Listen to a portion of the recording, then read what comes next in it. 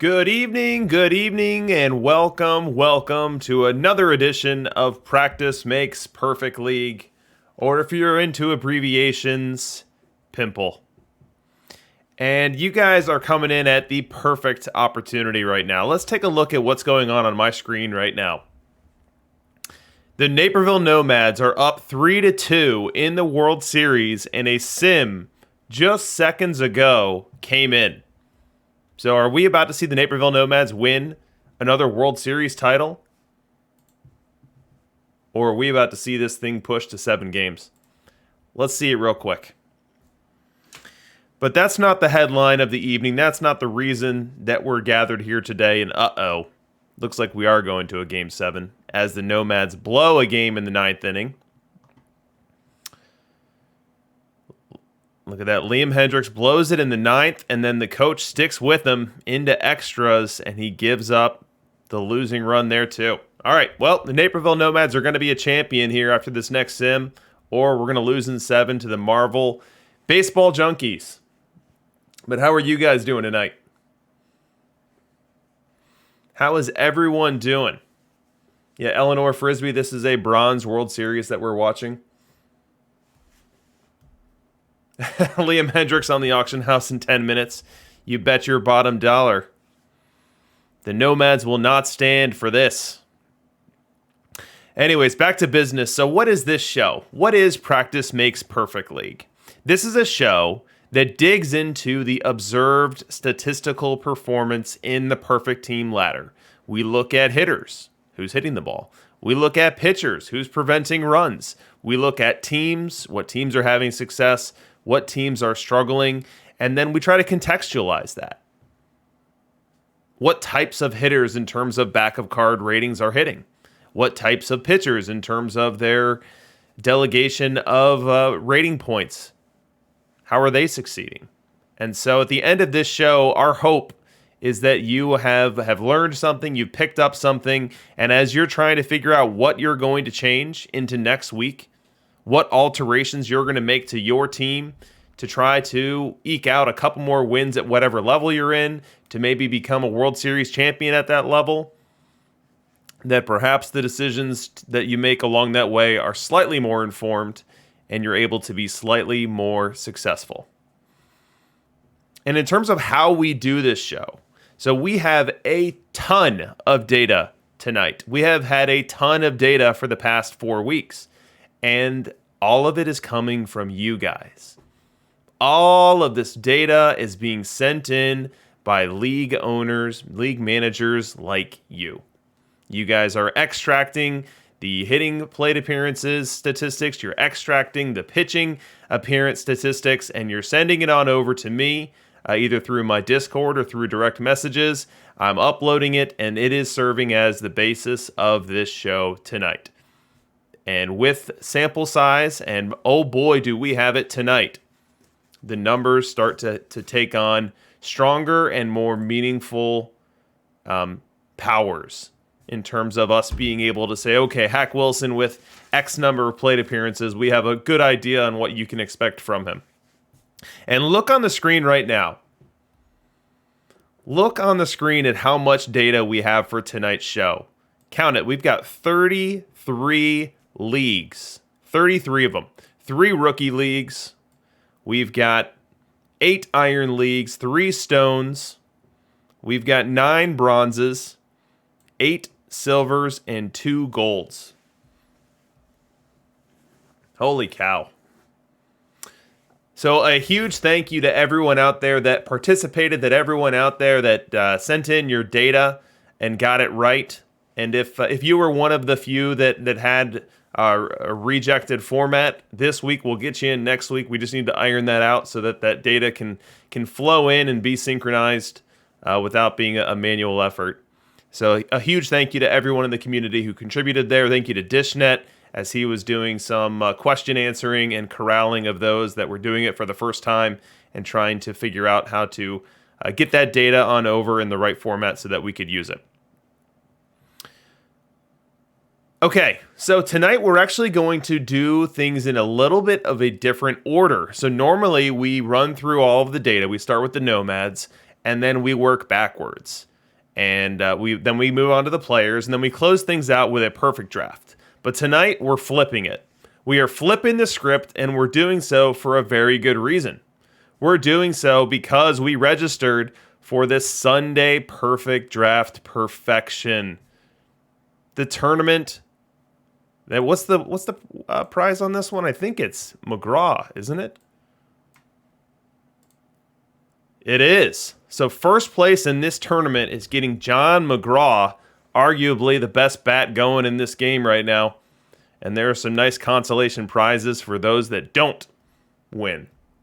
So what we're going to do is we're going to start out with drafting this McGraw thing because we've got this tournament starting in an hour and we can't, wait an hour plus before we get to the draft. So we'll get our draft on. We will look at the numbers as we're drafting, and then we will slide into what we normally do. We'll look at the Nomads. We'll come back. We'll see if the Nomads won Game 7. No spoilers. That sim's going to come off here in 9 minutes. No one ruin it for me. I want to be just as surprised as you guys when we finally get back in there to see if I won the World Series or not for this coming sim. And then we'll move on to player performance at a more granular level. So let's jump in. Let's jump in. It's time to draft the perfect draft for this John McGraw card. And when I win it, we'll split it 419 ways. Okay, maybe not. But we will split the success. We will share in the joy in knowing that together we did it big. Oh boy, look at this. Round 1 coming off the top rope with 3 NLS cards. Campanella, Gibson, Page, to go along with Amos Strunk, live Mike Trout, and Roger Clemens. Whoo, buddy. Whoo, buddy. So this Strunk card, I love this Strunk bat. Holy cow, do I love this bat. Not the best defensive center fielder in the world. That's not a problem. Now, Campanella, for those that love catcher defense, I would guess they wouldn't even look the other way. They would just go Campanella here. But Page, one of the best pitchers in this game. I like having an ace at the top. Like having an ace at the top of my rotation. I know he's only going every 5 games. But with catcher fatigue being what it is, I mean, Gibson and Campanella, they're only going to be able to play 2 games before they need a breather too. So I think it's Page. On these streams, I typically go pitcher heavy, right, wrong, or indifferent. I think I go Page. I don't think I'm gonna get another pitcher at his level. And I love having an ace. Although this Campanella card is just singing to me. It's just whispering in my ear right now.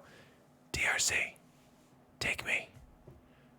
I'll lower your pitcher's ERAs, and I'll even hit a homer every now and then, too. It's like, okay, I get it. I get it, Campy. I get it. I wish there was a way to do a quick poll in the chat here. I tried messing around with it before the stream. I don't know that it's set up like it is on my personal channel. I couldn't get it to work, but I'm between Page and Campy. It seems like we've got more Page comments in the chat than we do with Campy, so we'll take Page and we'll move on. All right, now we're into our first of 2 diamond rounds. What do we got? We got Sutton. If we wanted to go with a second pitcher, we know that Sutton has been showing very well in our data. What I should have done that last screen is popped over here to our pitcher data. We see that Satchel Paige this week was the number 2 pitcher in all of Perfect Team. That's pretty compelling. Pretty compelling indeed. We got Arenado, who's a glove-only guy. No thank you. Woodruff kind of understated as a diamond starter. No thank you. Bill Terry. So we've got a Trident profile bat here. Bat's left-handed, but actually has incredible stats versus left-hand pitching. So he would be a bat option if we wanted to go bat heavy here. We've got Tomey. Not nearly as interesting as the Terry card. So if we're going to go bat, we'll go Terry. Reliever this early? I'm not really feeling that. So I think it's between Sutton and Bill Terry. Uh-oh. We've got Yuka in the chat ready to fight someone to say anything other than Bill Terry. T-Chuck saying go with the Trident. And we've got Chasten, Ruin, Luke advocating for the Sutton. Stream legend Bill Terry. I feel like Yuka has put in, what is that now, 7 chat messages in all caps. I feel like that carries something. I feel like it carries something. Sutton card's not bad, though. I'm kind of caught in between here. I'm clearly down to these 2, but I'm not sure which. All right, let's go Bill Terry. I think that last all caps message from Yuka is what pushed me over the top. Bill Terry will be the biggest bat in our team. Let's go. All right, we move on. What do we have in this next diamond round? Let's find a winner here. Larry Doby, a fun NLS card, but not one that's going to hit a ton. And is really more for defensive versatility than for anything else. So I'm not too excited there. We move on to Boyer, bad glove third baseman, not a batting profile I'm in love with. Brandon Marsh. That Marsh ain't bad. But again, not really what we're looking for in one of our first 3 rounds. Move on to Gibby. I don't love the shape of the profile here. The BABIP's not going to be great, but the avoid Ks being as low as they are actually helps us here. Good glove out in left. Helio Ramos. I think it might be called Heliot. I think that might be how you pronounce it. But interesting here, more of a short side platoon guy. And then last but not least, Kyle Seager. Oh my goodness, a horrendously ugly bat there. Glove only third baseman option. So what do we like? What do we like? We've got a Kirk in the chat. Uh-oh. What happened there? How did I end up here? How do I get back to where I was? There we go. That was scary. I thought we were about to abort the perfect draft. All right, Gibson. There's a lot of Gibson in the chat. There is a ton of Gibson in the chat. Some Doby now. Heliot Ramos from Luke. More Doby. Now we're getting a ton of Doby. Chasing all of that Gibson. I don't know. I do feel like the power, this type of profile plays better in perfect draft than it does in perfect team.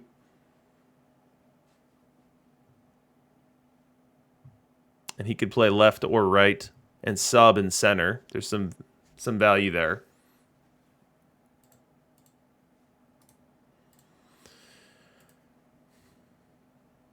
I think we're going Doby. I think he's a more fun card than Gibson, either way you slice it. All right, it's time to move to the gold round. It's gold rush time, gold rush season. Let's find a winner. Would love to start stacking up some starting pitching again if we could find some good ones. So we've got a heavy control profile here in Cooper, not enamored. Has a lot of his value tied up in his stamina. Bill Risley, I know him as a crazy horrible movement reliever. We've got DeJong as a no thank you shortstop. Bad glove, Kipnis. Tony Peña's got a good glove, but not better than the Cleveland guys we can pray for in the silver rounds. We've got Bill Terry, so probably don't have business looking at Upshaw. Mulehaus, bad glove center fielder. I've taken Forsythe a couple different drafts, but I think it's early to be reaching for that. Al Dark, bad glove. Here's an interesting reliever. We've seen in weeks past that the high stuff, high move, low control profile works. So if he has to be our closer, that's not a bad deal. What do we got in the chat here? We got Great Scott with a time check, 7 minutes gone. Yeah, we're going to need to get moving. Cooper and Peña, Dark and Peña. I don't love Dark's defense. I'd really rather have something better than a 59 out there at shortstop.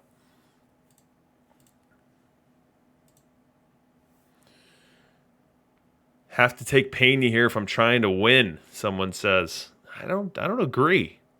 I think there's a very good chance that we find a better than 72 catcher here on out.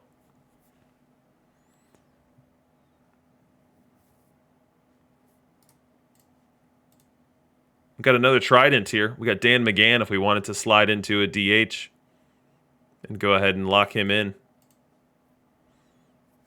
Go heavy on the bats. Martin Cooper. I just don't like that pitching profile. Low move, low stuff. I feel like the power bats are going to take advantage of him because he's going to give up so much contact. All right, I think we're going to go Rennie Martin. We're going to lock him in at closer. I feel good with that. And then I'm actually feeling a little crazy here. I'm feeling like let's go ahead and get our DH and Dan McGann. Let's go Rennie Martin, Dan McGann. And now we're halfway through our timer, so we're going to need to pick up the pace here. All right. I'd love to pick up a starter here. Let's find a winner. So we've got high stuff, Davey Garcia here. High control, Slim Jones. We're definitely getting one of these guys, if not both of them. Oh, boy, we've got a great glove in Jimmy Doyle here, but he's not going to hit at all. I don't need a great glove at third base. Dick Wakefield, Bedrosian. So Batista's got that high move. Kind of plays against all the power that you see drafted out of these.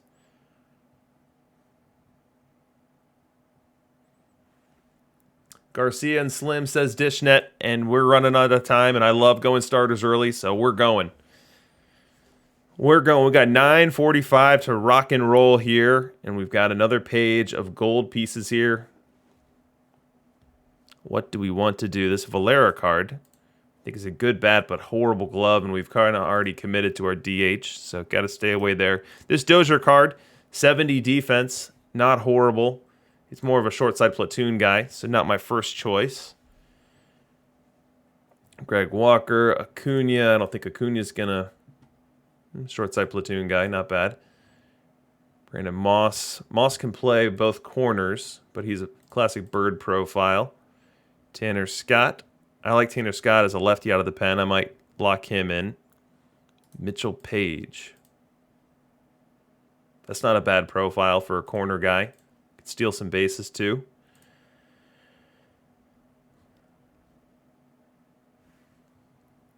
Guidry and Renicky, says someone. I want to stay away from that low movement. And I feel like there's so much power playing in this. I just don't trust it. So I think I'm going Tanner Scott, Mitchell Page. We're locking in a corner outfielder. We're locking in a trustworthy lefty arm out of the pen. And we go into our silver round. Let's see what we've got here waiting for us. We do need a glove out in center, preferably. We still need a catcher. We still need a shortstop. So all those things that we look to do coming into drafts and getting good gloves and premium positions, we have not done any of it yet. Let's find a winner. Let's find a winner. Still have lots of positional needs. What you got for me, Jim Lemon? Ugly bird profile. No, thank you. How about you, Lee May? Gap heavy profile. No, thank you. Hal Lee. This sounds like a winning name. Not a horrible profile. I just want more contact there.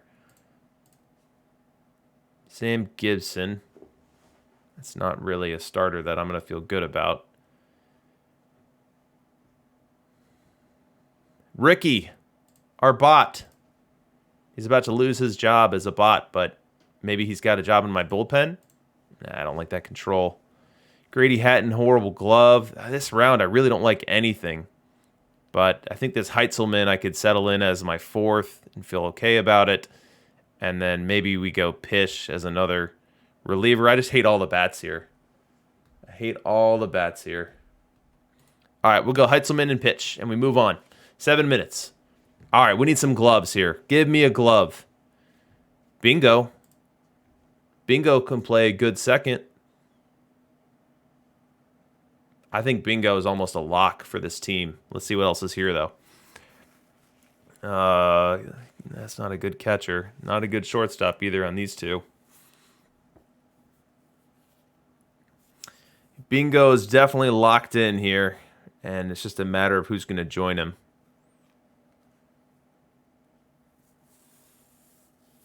David Hale. Crazy movement, crazy control, but pitches to contact. Man, I'm really short on bats. I just don't like anything that we're getting. Ottavino, more of that classic pen profile. It's going to walk some. Movement a little low. I'm going to stay away from Hale because we haven't gotten any defense yet, and it's possible we end this with no defense. So maybe we get our second lefty in our pen with Vic Derensburg.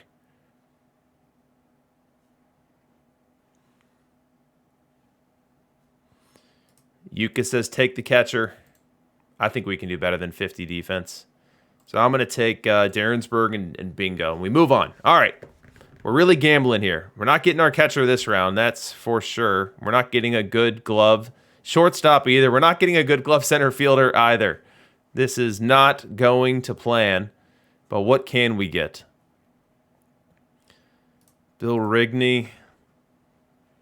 He can be a utility guy if we don't end up getting defense, or he might end up being a starting shortstop as a bad one. I feel like we're starting to run out of options, though, so I think we got to lock Rigney in.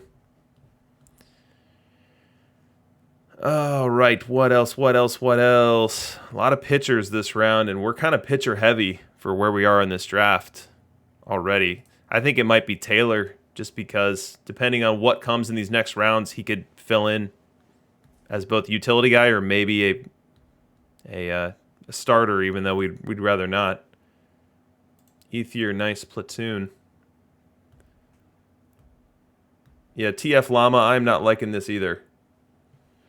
Let's lock in Rigney and Taylor. It's going to cover some bases, although not as well as I'd like. All right, now we're going to get a good defensive catcher and a great defensive center fielder. We're not getting in anything at all. Oh, if this were a bronze tournament, I could feel good about Mike Tauchman.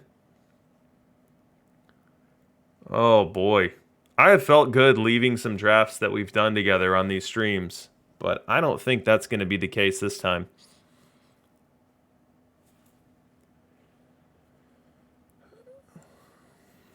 Four minutes to go, and we're not getting any better here. This is just getting uglier. This is just getting worse as we go. Here's a crazy BABIP guy. Base running and BABIP. Kind of even, hits both ways. We do need a corner outfielder. Dobie's looking like he's going to end up our center fielder. We do need a fifth starter. And we have horrible defense, so we can't consider Tomlin. We've already got two lefties in the pen.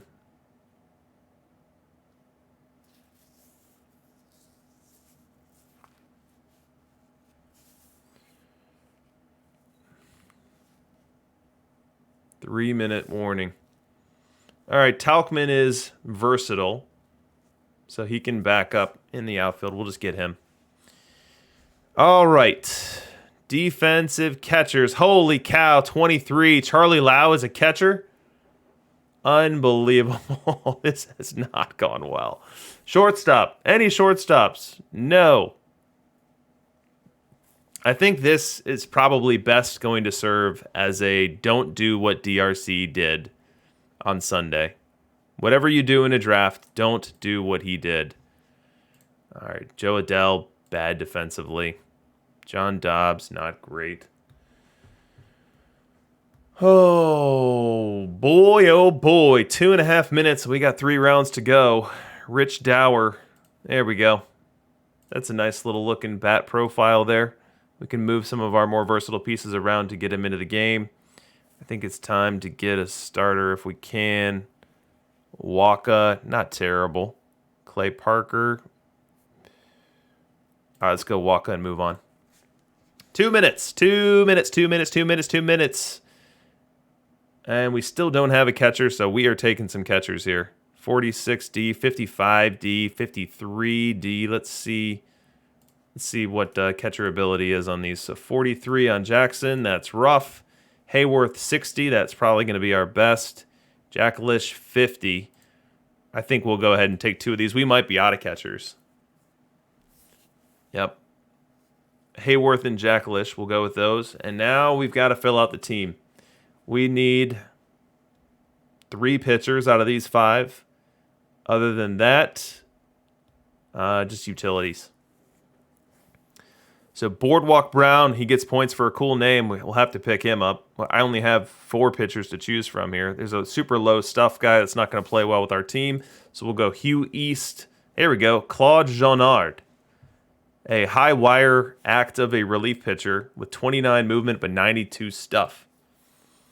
Wait, Ali Sanchez is here? Hey, look at that. We got saved by Ali Sanchez. We definitely got to get him. Come on now. That's great. All right, let's find a guy who can play everywhere. So Harry Spratt, he's probably that guy. 42 seconds here. Stu Clark, Fernando Gonzalez. All right, I think it's Harry Spratt. Whew, that was brutal. Do as I say, not as I do. But who knows? Crazier things have happened. Crazier things have happened. Let's see what this team can do. Now, what we know about this team, we know that they're going to pitch. We got Satchel at the top. He's probably going to win his starts more often than not. We've got Slim Jones and Davey, who give me a nice little puncher's chance. And we've got Heinzelman. And all of our pitchers are pretty good in the stuff department with the exception of Waka. So we can strike out some batters and maybe hide some of our gloves that we have out there. And also we've got utility out the yin-yang. You know, we've got players who can play everywhere. We've got Chris Taylor we feel good about. Larry Doby can move around. We've got Bingo can move around some. So I think we go ahead and put a bow on this. And if I'm still alive by the time this stream is over, I'll come back in here and do some tweaking and min-maxing, optimizing, and hope that that we can save it.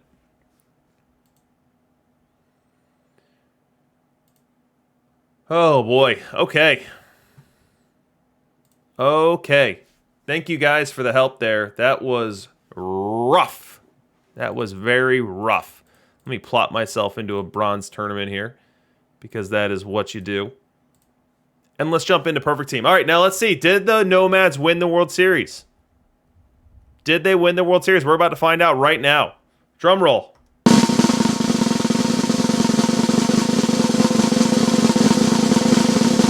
Load those team graphics. No! Look at this game. What happened? What happened in Naperville? That's a 20 spot. The Nomads get tagged with a 20 spot in Game 7. Holy cow. Garrett Cole couldn't get out of the first. Chad Green poured gasoline on the fire. Wow. Wow. What a Game 7. Nightmare. I lit up their starter. I lit up Doc White, and it didn't matter. It didn't matter. So the Nomads fall in 7 games in the World Series. Congratulations to the Marvel Baseball Junkies. You are the one true king of Bronze League 243 for the year 2024. Man, it's one thing to have this happen, and it's another thing to have it happen in front of 590 of your closest friends. Did Heavy Johnson get into this game as a starter? Tell me he didn't. Of course he did. Heavy Johnson closed it out. Oh, wow. Well, if you weren't impressed by my perfect draft prowess, perhaps you can be impressed by my ability to lose by 14 in Game 7 of the World Series. You know, there's a reason that when Angered Unicorn talks, the market moves, and when I talk about Bubbles Hargrave, no one cares. Oh, boy. All right, how do we get this show back on the rails? How do we recover? This has been a tough 1-2 punch to start us off. but let's do our best. All right, so the first thing that we do on this stream is we look at the nomads. What decisions did I make this week? How did they work? How did they not work? And I'll say right off the top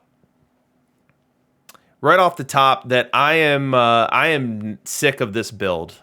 I'm sick of this build. I'm sick of the players that I have. I'm sick of the performance I'm not getting from them. And what you guys see next week will be very different than what you're seeing this week. I've been kind of tinkering and making small changes here and there, and I think it's time for more than that. It's time to do some massive reinvention and re-envisioning of this team. We can talk about the good. We can talk about the not so good. Just for some context here, I am playing in a fully juiced park. So you see a lot of hitters that look like they're doing great, and they are in a vacuum. But when you start grading on that curve, it's less so. All right, so first thing that I decided this week is Roy Campanella's out. Roy Campanella is out of favor. This week, he just couldn't hit himself out of a bucket. I mean, 214 average, 290 on the OBP. Just yuck. Just yuck. Let's see what he's doing globally. 93 Roy Campanella.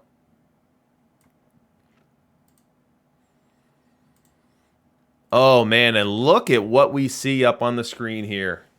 Yuck, yuck, yuck, yuck, yuck. Gross. And so Campy's not going to be on this team next week. He is not going to be on this team next week. I'm not sure exactly what I'll do at catcher. Perhaps we figure it out on this stream. But Campy's gone. And I suggest for those of you moving up the ladder, if that picture on your screen of what he does as he moves up the ladder is any indication, I think it's sooner rather than later you find yourself a better option than Campy. And I will say, Bubbles Hargrave, Bubbles had himself a week. Bubbles had himself a real week for me. He batted .339, .384 on the on-base percentage, .493 on the slug. Good enough for a 126 OPS plus. And he's got a low catcher rating. And I know you guys are going to tell me that. And I know that's important. But it's a low catcher rating born out of low arm, not low catcher ability. And unless you're running in a division with Cool Papa Bell and other crazy base stealers, it's not going to kill you to have Bubbles back there. Let's see how he's doing globally. Mr. Bubbles. Bubbles is hitting. Look at him moving on up to gold. 765 in gold. He's holding his numbers a whole lot better than others. Bubbles is nice.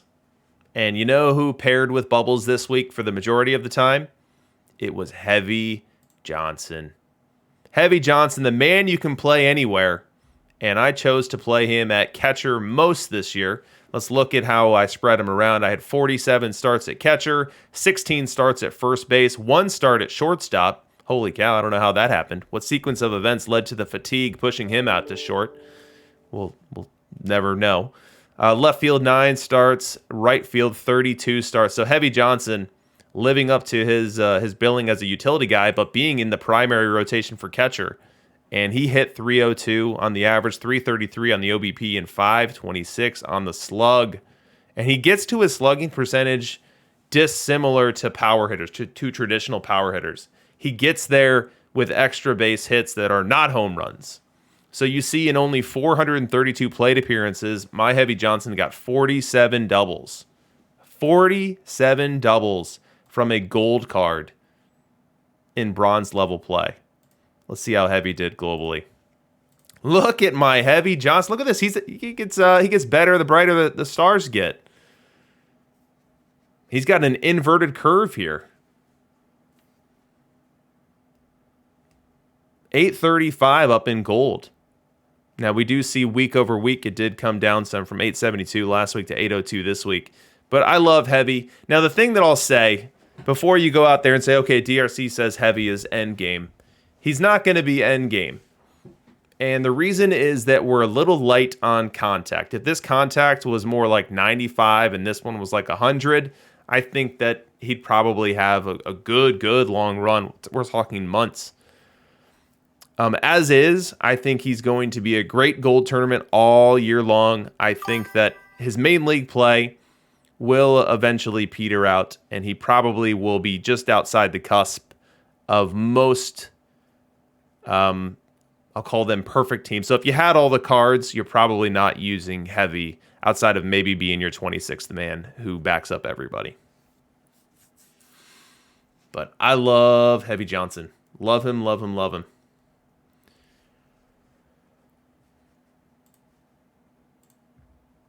What else is going on this team?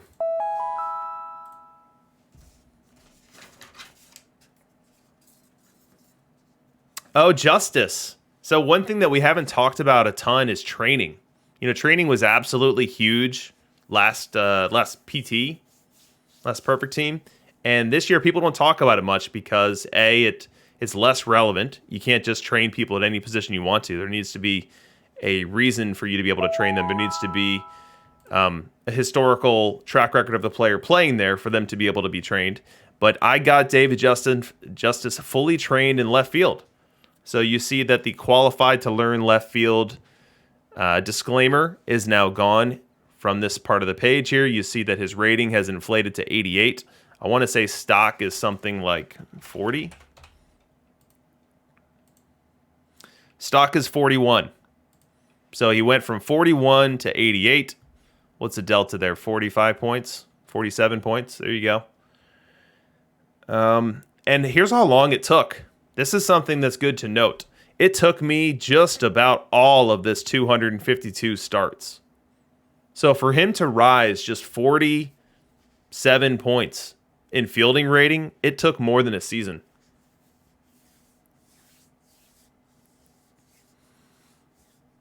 It took more than a season. So, wild stuff. Wild stuff. But I do like it. I'll say in general, I'm a fan of the new training mechanics. I think that it won't end up in a situation where there's like 4 meta middle infielders and you just spread them all around your infield. Like you won't be able to train Pop Lloyd up to be the world's greatest second baseman last year, even though we all knew he wasn't. But good stuff. So David Justice is trained. Now, the question for me and the question for the Nomads is how long are we going to play this David Justice game? David Justice, clearly a platoon bat. Best against right-hand pitching. I don't play him against lefties. But there are options out there that hit better than him. But David Justice brings more defense than those other options. So that's something that I need to fight with. You know, in the name of freshening up the team, I might just go ahead and move something else in here just to try something else and see how that works. You know, it is a 100 card. You can see the L10 sales average here at 49K, so you're likely getting a decent return there. Maybe we move on and try something new for next week. We'll see. My lefty O'Doul that we've talked about for many weeks over, that finally sold. So lefty's off the team. And those are really the changes on offense. From a hitting perspective, we had the same people doing the same big thing. So Nick Madrigal led the league in batting average. Love this gold card here. It does cost more than most of the future legends, does cost more than most of the golds, but what you get for it is someone who's going to compete for a batting title and someone who can start at second base and then back up shortstop.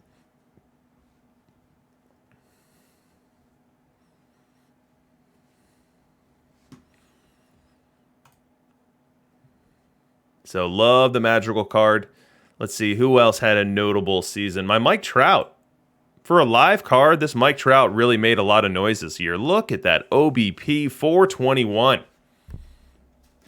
That's a lot of production. Let's see what global Mike Trout's at.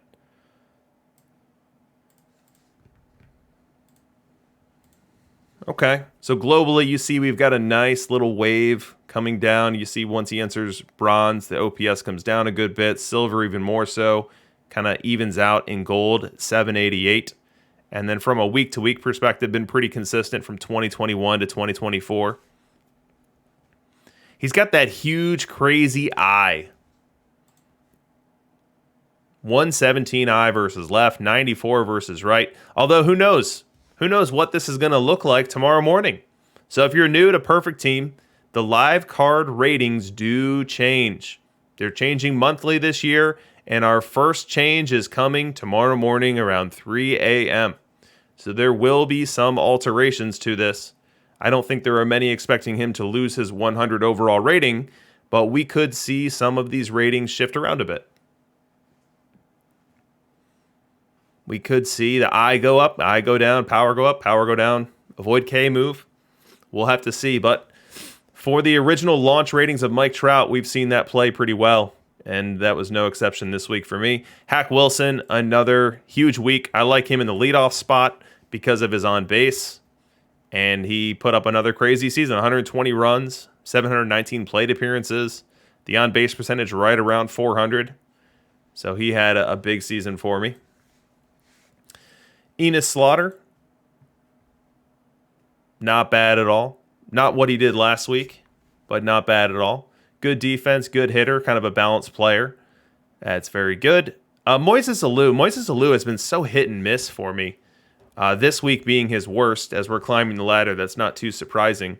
But I really expected more in my rookie league with him when he was good but not great. And then I expected more this week, especially when, as you see from the splits right here, I am only starting him versus left-hand pitching. So really the only thing that's coming into play with frequency is this trident-looking rating here. And he's just not getting it done. And when I see that the defense is as bad as it is with Alou, I don't love seeing a 100 OPS plus in a juice ballpark. That's borderline unforgivable. That is unforgivable.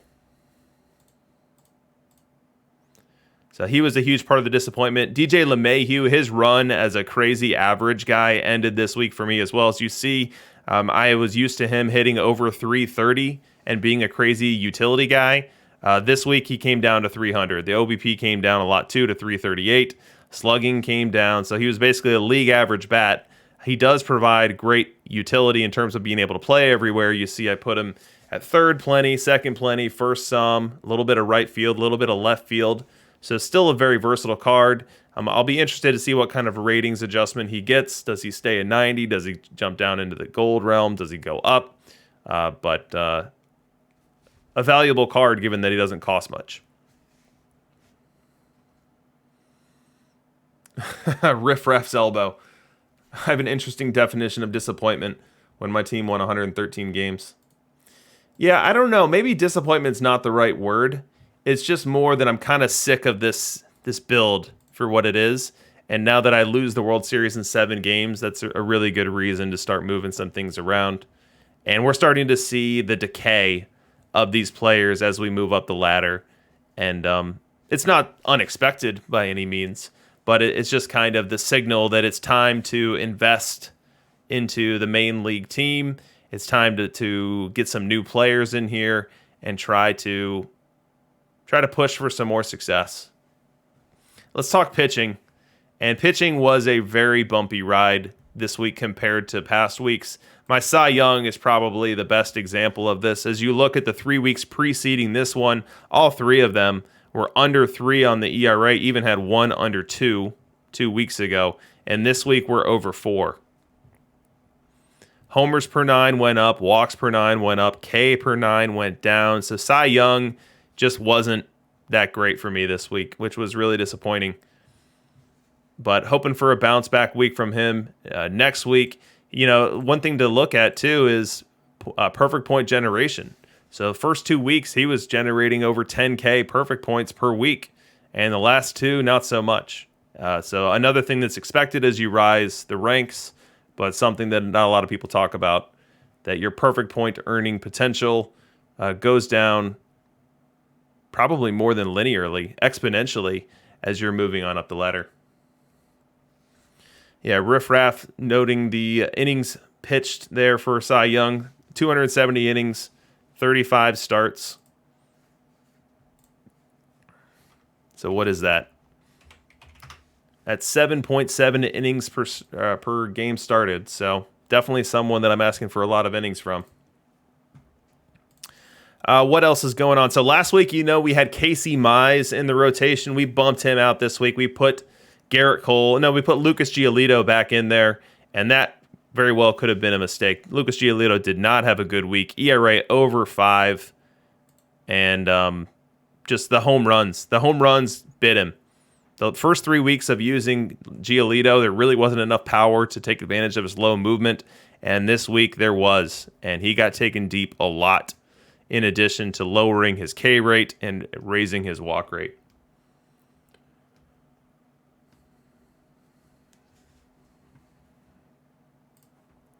So Giolito wasn't good. Garrett Cole wasn't good. So if I'm looking to some places to make some changes, these would be a very good spot to start. 4 and 5 starter, guys with ERAs over 5. I mean, we know Garrett Cole is the culprit. He's the one that lost Game 7. He's the one that couldn't get out of the first inning in Game 7. So Giolito and Cole, probably not long for this team. Now, one change that I did for my bullpen is I brought in Diego Castillo. So you see this is his first week as a Nomad in the main league play. And he was insane. He gave up 2 earned runs all season in 31 games. I love this guy. And what makes him unique is that he's got movement. So most live cards do not have movement. Diego Castillo does. He's got it in spades versus right-hand batters. And so when you combine that with his great stuff and passable control, Diego Castillo can certainly get the job done.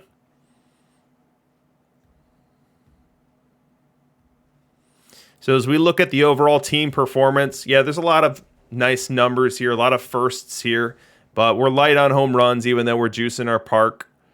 The base running, not great as compared to the other teams within the league, so maybe there's some slider changes needed to be made there.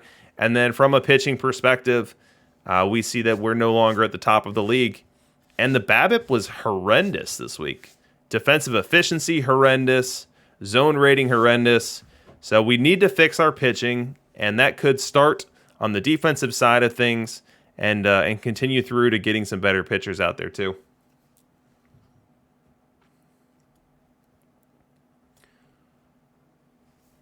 EVC and NYC asking to see what Diego Castillo looks like in main league play. Let's take a look. Where's Diego? Diego Castillo, live card at 3.31 ERA. That's a pretty solid number. 3,000 innings pitched there. Let's see what rank that would put him at. And there's a lot of options here, and some of them probably don't have sample sizes to sustain the success that's observed here. But 40th best reliever as observed this week. What about higher leagues? Let's jump it up to just gold, silver, and bronze. Diego Castillo actually gets better. 3.18 on the ERA, which puts him at 12th best reliever. So that Diego Castillo card, definitely one worth looking at. Now, I don't know what he's doing in real life. I don't know if Castillo is having a good start, bad start this year. I mean, that card could be a completely different card when we wake up in the morning.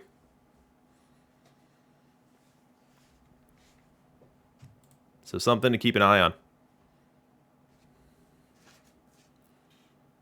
All right, so another thing to talk about as we transition the stream into talking about global stats and away from my Nomad stats is we're going to start putting more and more emphasis onto the higher level leagues. Now, we're going to look at all the leagues, especially when we do our league leaders segment, but we are going to, when we're assessing which cards are standing out from a performance perspective, which ones are standing out from a, hey, target this one, maybe go pick this up type perspective, we're going to lean harder and harder on our higher level data. As of next week, for the first time, we're going to have diamond data, right? 15 gold teams will promote from each of the gold leagues. So that means what? We get 3 diamond leagues next week. So what I'm going to try to do is do my best to get all 3 of those diamond leagues worth of data, try to get as many gold leagues as we can, and really start leaning on those high level leagues as we're starting to target the players that are gonna get us into perfect league. It's not that we don't like rookie league data, stone data, iron data. All of that's important. All of that's good.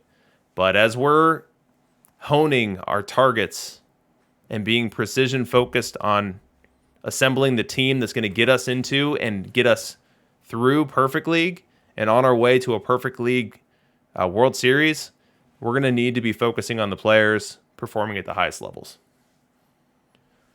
And one will be Hack Wilson, says Dishnet. We'll see about that. If it is Hack Wilson, then Kidneys is going to have to shave his head. I can't remember what the threat was. Maybe one of you guys does. But I think it was, if Hack Wilson is meta in Diamond Leagues, then he'll shave his head. So we'll track that. All right. So let us move on. Let's start looking at some numbers. So first we'll start with all-time win rates. So I have taken data from all sorts of different leagues. Some teams out there, I have multiple weeks of you. Some teams, I just have a single week. But I put them all together, smashed it together, and I sorted by win percentage so as to not give advantage to those that I have more data on. And so at the very top of the sugar pile here, we have the San Angelo Warbirds, manned by 3-time Perfect League champion Mac Jax. It's a good person to lead the list. But besides him, or behind him, we have Chunks Flapalopes. Okay. Wayzata Trojans. They were a Perfect League team from last year, too. Brooklyn Cyclones. Kair Banog Killer Rabbits. Yatsushiro Igusa Nuka. Maine Whiskey Tango, a team that actually beat me in the Perfect League World Series last year. Somerset Dolphins, Perfect League staple. Detroit Fury, same. Vin Scully's New Jersey Family. Pawtucket Poets. Beaver Lodge Royals. We got a BFF team here with the McDonald's Hotcakes. Newcastle Clippers. Durham Los Toros. Oh, look at that. Naperville Nomads. 380 and 106. You know, it's funny. I have so much of your guys' data, and I didn't even realize that last week I did not pull my own data. So I've got 3 of the 4 weeks of my own team while having 4 of the 4 weeks of a lot of other teams out there. Jabin27 asking what BFF is. That is a friends league. It's a group of folks that align to play within the same league with one another. You can do that via the friends list functionality in the game.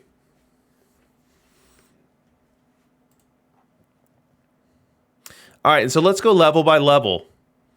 And so what that's going to do is it's going to isolate us down to 1 season per team. And we will start at the lowest level. So we start with rookie. All right, our rookie best teams ever. We got Mac Jax at the top with 148. Naperville Nomads show up here with 131. A lot of the other same familiar faces. So from rookie, and I always get it confused as to which order it goes. I think Stone is after rookie. Let's go Stone. Mac Jax leading this one too, 141. Naperville Nomad showing up a little bit better here at 136. But a lot of the other same familiar faces. We move on from Stone. We go to Iron. Iron, Mac Jax at the top, but this time he's tied with the Wayzata Trojans. Vin Scully's, Pawtucket Poets. From Iron, we move up to Bronze. Mac Jax leading this one too. Stay out of Mac Jax's way.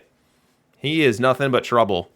Maine Whiskey Tango with the second best record we've seen in Bronze, 130 wins. Durham Los Toros, 128. This is the week that's missing for me. Oh, no, it's not, because I'm in Bronze now. Yeah, you see me down here at 113.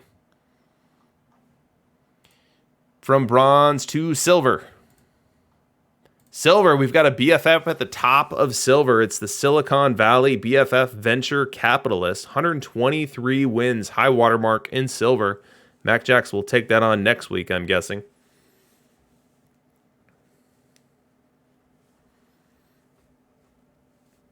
Wayzata. Oh, instead of Wayzata? Okay. All right. Very good, very good. So from Silver, we go to Gold. And in Gold, we had Only 2 teams over 110 wins. The mighty Mallrats, the Methuen Silver Sox, Schrodinger's Bats. I like that. That's a good play on words. Aliquip Equips, Battle Creek, Maple Syrup Cartel. And then we've got M-Dubs, Mackenzie Eagles here. And so that's our all-time win rates. Let's isolate just down to this season. So as we look at just this season, just the 2024 season, we see we've got the San Angelo Warbirds at the top, 144 wins. Right behind him, we've got Chunks in rookie. And then, gotta say this right. Let me go back up to the pronunciation guide. YZ, the YZ Trojans in iron, Vin Scully's New Jersey Family, Maine Whiskey Tango, Detroit Fury, Somerset Dolphins in bronze, Spiders in bronze. We've got the BFF Venture Capitalists in silver. And on down we go. Now, we just saw this a second ago, so I don't need to sort by gold. But our first appearance of someone in the highest league is the mighty Mallrats IVOG, which is not a friends list that I'm familiar with, but would definitely love to learn more about that one. Riff Raff's Elbow asking if I got bronze 236. Well, I can tell you definitively if it's right in here. It looks like I don't have it in. So that means that we either had an import problem and I had to scrap it, or I didn't get around to it.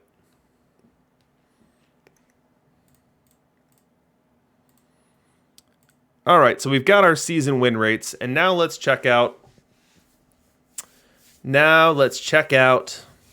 our league leaders for this week. So we've got 2024 linked in here. We'll go ahead and clear out the level filter, and we'll see who is leading our leagues. We'll start with runs. Holy cow, this looks like a data problem. It looks like there's a league where I got 2 copies of it in here, as I've got 238 runs scored for Alan Trammell of the Merbly Mighty Kittens. Let's double click into that.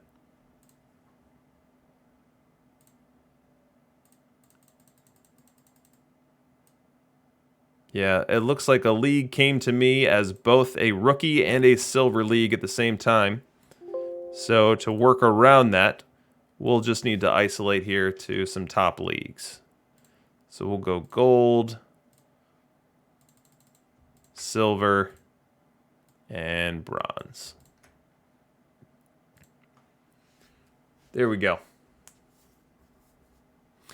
So now we see, oh, look who's at the top of this list. Now, one of the things that I was most excited about for this stream tonight is this was going to be our first chance to have full season data for the Negro League cards. And we know that we got some really, really good cards last week. Jackie, Satchel, the Oscar Charleston, the Cristobal Toriente. I really hope we have some good Toriente data in here. Toriente is going to be less prevalent because he's not a collection piece. Or he's not a special edition that you redeem, but rather he was a packable. So we might end up on the short end there. But we're already seeing a good number of them in this first league leader look here. Jackie Robinson of the Crozet Storm Kings with 150 runs scored, just short of 1 run per game. That's a lot of runs. That is a lot of runs. All right, behind him, we've got Enos Slaughter of the Cleveland Spiders, Alan Trammell of the New York Mets, Ned Hanlon. Ned Hanlon had his position as meta threatened with the drop of Oscar Charleston, but some of this data suggesting that maybe that's not so fast. Right behind Hanlon, we've got a Charleston, Jackie Robinson, more Trammell, Joe Kelly, Garcia Parra, Hack Wilson, Chick Hafey, from the Delco, Hoagie Mouths down here. A couple of Dykstras. That's fun to see. All right, we move on from runs. We go to homers. Let's see what our high watermark here is in the home run category. Hack Wilson, Kidney's favorite card. We've got a BFF team, the Bloomfield Blue Jays, dropping 48 home runs this week. That's a big total. Behind him, we've got a card that I'm just dying to see more data on, and that's Josh Gibson. So Josh Gibson is absolutely a profile that would have maybe worked early last year and definitely not worked late. But what we're seeing right here is 44 home runs for the Crozet Storm Kings. Now, we know that his Jackie was dominant too, but I'm loving to see some early production from Josh Gibson. Behind him, we've got Gorman Thomas, and then we've got a mountain of Hack Wilson. Look at all these hacks. Look at all these Hack Wilsons. Now, I'm not familiar with that Gorman Thomas card. It's a 98, so there's a very good chance there's not going to be one listed right now. Hey, there is. And it's listed cheap, too. Holy cow. So for someone theorizing that we must be looking at low-level leagues here, we're not. It's bronze, gold, and silver. So in bronze, gold, or silver, someone's Gorman Thomas dropped 40 bombs. Now, decent chance it was a juiced park, and probably we're rolling a little bit hot. But that's a decent glove center fielder with a great eye and a ton of power that you can have for, it looks like 12,500 perfect points. So, not a meta center fielder, not someone that I would say you have to go get. But if you're on a budget and you want someone to go out there who can hit a couple dingers in a game and give you an achievement, looks like Gorman Thomas is a guy who can do that. Hack Wilson, look at all these hacks. Man, I'm just going to highlight them for your kidneys.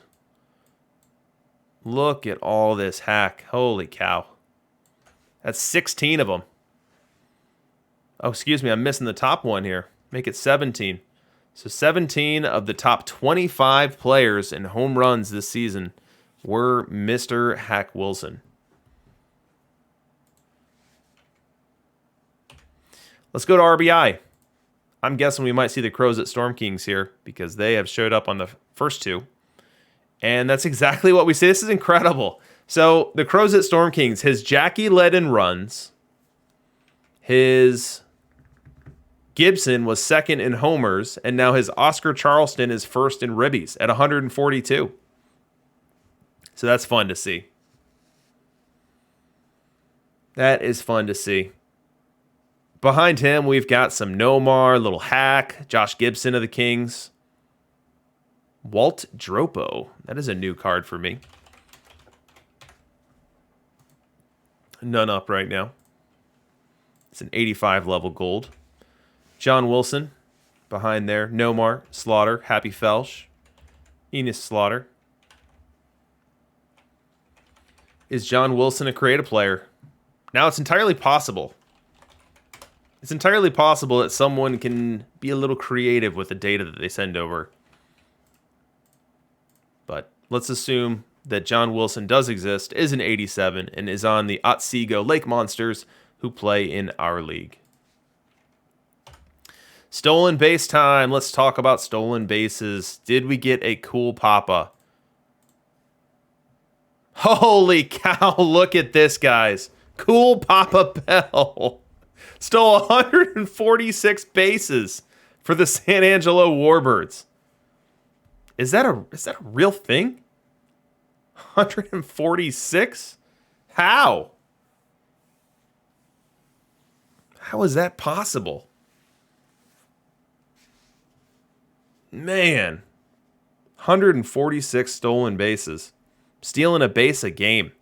I mean, with fatigue how it is, he's probably not playing much more than 150 games. 146 steals. This is nutso. I got to double click on this. We got to see what this cool Papa did. Oh, that's my core data, so we won't see the triple slash. We'll have to check that out later.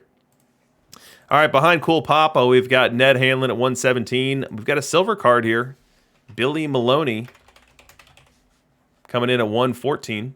No Billy's up on the auction house right now. Clyde Milan, Maury Wills, George Moriarty. We're seeing a lot more diversity in terms of the players we have here. Barry Larkin, Otis Nixon. Alan Wiggins, a bronze who can steal bases. Another cool Papa down here for the Fubon Guardians. Jackie Robinson, 94 for the Budapest Red Devils. A couple gold cards, a bronze card. Another cool Papa down here for the Quito Mosquitoes. I like that team name. Otis Nixon, more Wills, Clyde Milan. We move on to wins above replacement.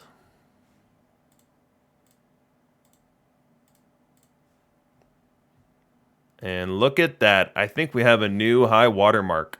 I don't think we've ever been at 11 before, but we're at 11 this week. This one goes to 11, and it's the Oscar Charleston for the Crozet Storm Kings. 11 WAR. Right behind him, we have Alan Trammell at 10.4. And then we've got a bunch of people just failing to get to 10. Now let's take a look at these. Now, all of us are working our way up to Jackie. You know from my team, I'm not quite there yet. But let's see where the Jackies are coming in. Normally, second basemen, shortstops, they can generate some good WAR. And we don't have any Jackies cresting over that 10 mark. 9.7, 9.7, 8.5, 8.4. So the Jackies were good, but not inhumanly good, which isn't bad. But, the Jackie Robinson's playing right alongside the Trammells. Yeah, ton of Trammell performance here. Let's see how my Trammell did this year. We didn't look at him. There he is. So my Trammell had a pretty solid week. 121 on the OPS plus, 5.7 pre-adjustment WAR. Hit 16 homers, stole 32 bases, getting thrown out too much. Still need to lower that slider for him. Waitham asking, what is wins above replacement? So wins above replacement is a metric that attempts to combine all of the value a player can give. Value generated from their bat, the value generated from their glove, the value generated from their base stealing and base running, and distill them down to one number. That number being an estimated value of how many wins over the course of a season this player delivers over a replacement player at that same level.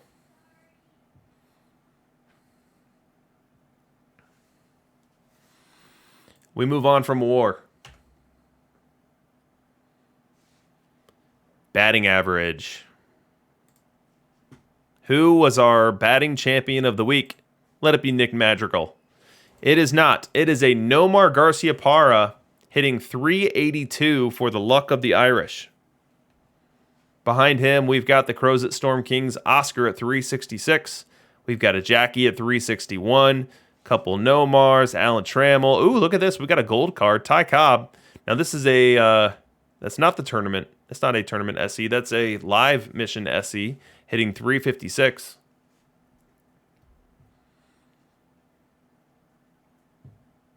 Alan Trammell, couple Moises. I mean, I was just complaining about my Moises, and the American Patriots and the Folsom Prison Blues have nothing to complain about. We see a Naperville Nomad show up here with Nick Madrigal, and he's .351 average, equaling the Delco Hoagie Mouth's Nick Madrigal. A couple more Madrigals down here. Hey, look at that. We've got a Cristobal Torriente. .340. Let's move on to on-base percentage.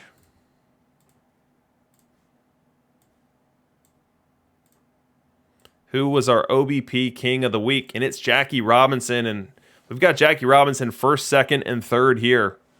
So this could be an indication of how he's going to generate stats.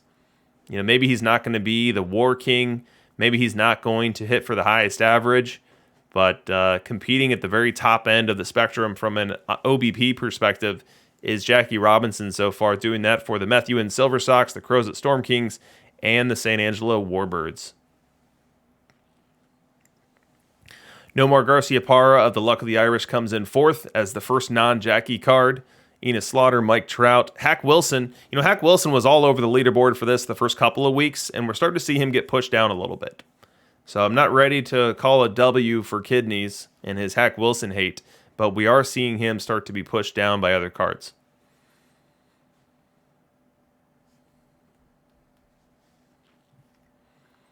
We move on from on-base percentage to slugging percentage.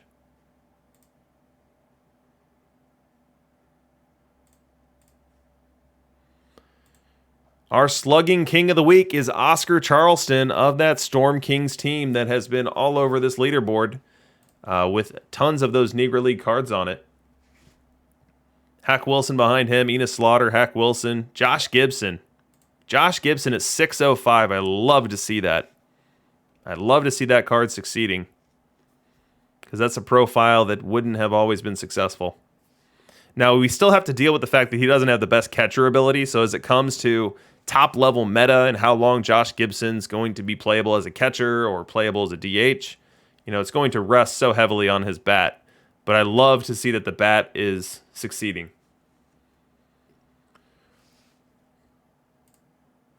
All right, let's close out our weekly leaders with OPS. Who was our OPS king of the week?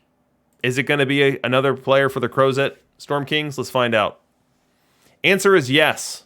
It's Oscar Charleston. 1.064. Just nosing out Enos Slaughter. 1.057 for the Lake Town Deep Ones, who also edged out Hack Wilson of the Shujin Academy Phantom Thieves. Our first Jackie comes in fourth, and someone just gave you a pronunciation guide here. Methuen, not Methuen or whatever I was saying before. The Methuen Silver Sox, 1.036. Nomar Garcia Parra, 1.024. 3 Hack Wilsons. Alan Trammell, Enos Slaughter, Hack Wilson, Joe Kelly.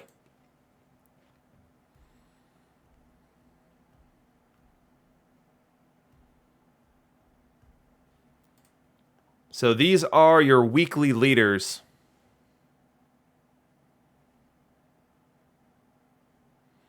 Now let's get into our global data. So let's combine all of the individual copies of these cards, and let's look at them and see who rises to the very top. Because as we've seen with Perfect Team 21, you can have a 600 plate appearance sample of someone who's insanely good. And you can have that exact same copy of a card who's really not good in a given season. So what we want to do is get all of the samples, put them together to even out that performance. So we can have the really low-end performing ones balance out the really high-end performing ones and come to a much higher degree of confidence as to what our true expectation is. It could be that my Moises just had a bad season, and I really need to stick with him. And it's through looking at the consolidated league data that we can start to make those assertions. So what do you guys want to do first? Do you guys want to start out with high league level data first? Maybe we whittle it down to the top 3 leagues and look at that consolidated data first, or do you want to do all global data and then work down to the top level leagues second? Full leagues, Dishnet says. Let's do it. Full leagues first. All right. So we're going to go position by position, because one of the things I want you guys to leave this stream with is names. So we don't just want to say, okay, who's the best hitter in Perfect Team? Okay, that's great and all, but let's go position by position, and let's see if there's not some undervalued guy that might be worth taking a flyer on. And we'll start with catcher. And look who's third. It's my guy. My guy, Bubbles Hargrave. Love this dude. And apparently other people love him too. 1,800 plate appearances, producing 15 BAT R. So what is BAT R? BAT R is a statistic called batting runs, and that is a distillation of the value provided of a player simply from their bat. So we are divorcing the value of the glove here. We are divorcing the value of base running. We are simply looking at what happens when this guy gets into the batter's box and how many runs are they producing above and beyond other players. So BAT R can go negative. If you are a below league average bat, your BAT R will be negative. So as we look at how to interpret this, the way to interpret this number is that Bubbles Hargrave will, with his bat, generate 15 more runs than league average over 600 plate appearances. Now, with Bubbles, you do not have an elite glove. Bubbles is not going to be my catcher when I'm trying to make Perfect Team. Here, once there's a Diamond League that I'm in and I'm trying to win that Diamond League. But for now, for low level, for budget catcher, for someone who can drive a lot of value with his bat, I love me some Bubbles. And the stats love him too. But look who's first overall, and it's not close. This Josh Gibson is bombs awaying in perfect team. 3,700 plate appearances and producing nearly double the value of the second best hitter. Nearly double. He's producing 34 batting runs of value, and he's got even better catching ability than my guy Bubbles Hargrave. So if you had to pick one catcher out there right now, it's Josh Gibson. And maybe you pair him with a super glove guy. But I love what I'm seeing out of Josh Gibson so far. I wish we had more data on Campanella, but it looks like we don't. It looks like we don't. We've got a Tyler Stevenson here. I can't say I've ever seen this card before. Apparently I own this card. But 851 plate appearances of big production here from Stevenson. We see that it's driven primarily from a really high on-base percentage, which does make sense given his I rating here. But this is pretty Birdian in terms of his profile. I wouldn't bet on these numbers continuing, and I wouldn't bet that we see Stevenson be a regular at the top of this list. John Waitham. We got a silver card showing up here. Let's see if we can get some eyes on a John Waitham. Not so lucky, but a high average generated from Waitham here at 809 plate appearances. We've got a Lave Cross. That's been a pretty popular card to grab so far. You can see it here. It's definitely not a budget card. L10 at 49K. The current one in the auction house is at 60, but one that gives you both the ability to play him at catcher and third base. Probably a better fit at third base. But the bat definitely generating some value for you. So we'll quickly go through the tiers here at each position. So we'll start with iron. So the best iron catcher is absolutely horrendous. Don't use an iron catcher. We move on to bronze. And we've got a Charlie Dexter returning some nice value here. What is Charlie Dexter all about? I'm sure I have him in my personal collection if none are up. Let's find him.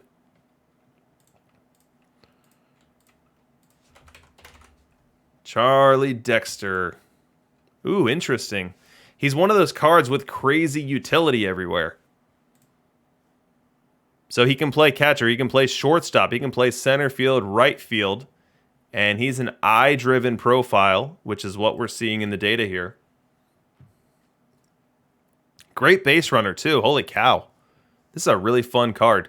Now, because the contact is super low, and because the power is kind of high, the BABIP's not going to be great here. So you could have some pretty ugly stretches from Charlie Dexter, but when it's going right for him, he's going to be hitting the ball over the fence, he's going to be walking, and he's going to be stealing bases. And that's a pretty fun combo for someone who can sit behind the plate for you. We move on to silver. Our best silver catcher is John Waitham. Let me see if I've got one of those. Eventually, I'll have every card, hopefully. Here's John Waitham. So we have a different profile here for Waitham. He's someone who has some positional versatility as well. Someone who's a better hitter versus left-hand pitching. So if you were to deploy him, you'd want to start him versus left-hand pitching. He's going to do a lot better there. I don't find this observed performance sustainable, though. So probably a lower-level catcher only. Stanley Cup chaser telling me it's Waitham, not Waitham. We move on from silver to gold. John Romano comes out on top. Let's see if we can get some eyes on the John Romano.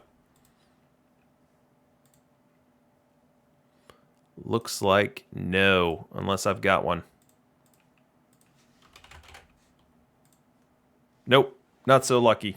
Keep your eyes out for a John Romano. We have him at 10, bat R. We move on from gold to diamond, and here's where we see our bubbles and our Tyler Stevenson. And then we move on to perfect, and we see Josh Gibson outpacing both Yadier Molina, Ernie Lombardi, and then Tim McCarver.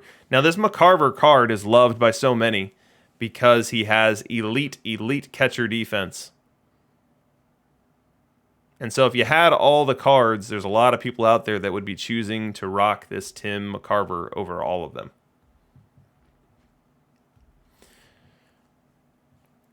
All right, let's give up on catcher. Let's move on to first base and see what we see. And look what we have here. The first three players are all gold and below. We've got John Gansel, we've got Dave Magadan, and Mike Marshall. Now, this Dave Magadan is a tournament SE card.